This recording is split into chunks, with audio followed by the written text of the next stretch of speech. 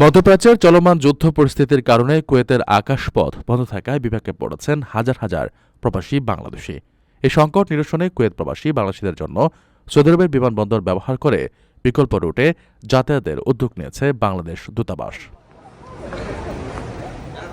মঙ্গলবার এক বিজ্ঞপ্তিতে দূতাবাস জানায়, কুয়েতের আকাশসীমা বন্ধ থাকায় বর্তমানে কোনো আন্তর্জাতিক ফ্লাইট চলাচল করতে পারছে না।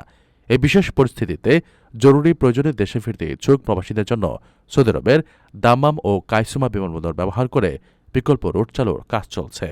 ইতিমধ্যে বাংলাদেশ বেসামরিক বিমান চলাচল কর্তৃপক্ষ কুয়েত এয়ারওয়েজকে দাম্মাম হয়ে ফ্লাইট পরিচালনার অনুমোদন দিয়েছে।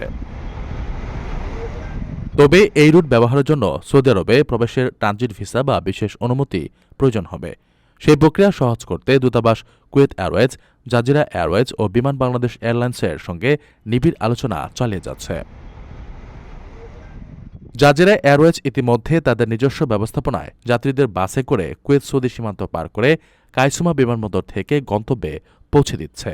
কুয়েতে বাংলাদেশ দূতাবাসের কাউন্সিলর ও দূতাবাস প্রধান মোহাম্মদ মনিরুজ্জামান প্রবাসীদের ধৈর্য ধারণের আহ্বান জানিয়েছেন। তিনি আশা প্রকাশ করেন, দ্রুতই একটি সমন্বিত সমাধানের মাধ্যমে প্রবাসীদের যাতায়াত স্বাভাবিক হবে। প্রবাসীদের জন্য নির্মাণ হচ্ছে দেশের প্রথম স্মার্ট সিটি, যেখানে থাকছে স্কুল, মসজিদ, হাসপাতাল, সুইমিং পুল, হেলিপ্যাড, পাঠাগার, জিম, সুপারমার্কেট, শিশু পার্ক সহ সকল নাগরিক সুবিধা। মাত্র ৩০ লাখ টাকা বিনিয়োগে মিলছে আকর্ষণীয় ফ্ল্যাট। প্লাটিনাম ইনভেস্টরদের জন্য ঢাকা বিমানবন্দরে ভিআইপি প্রোটোকল সুবিধা।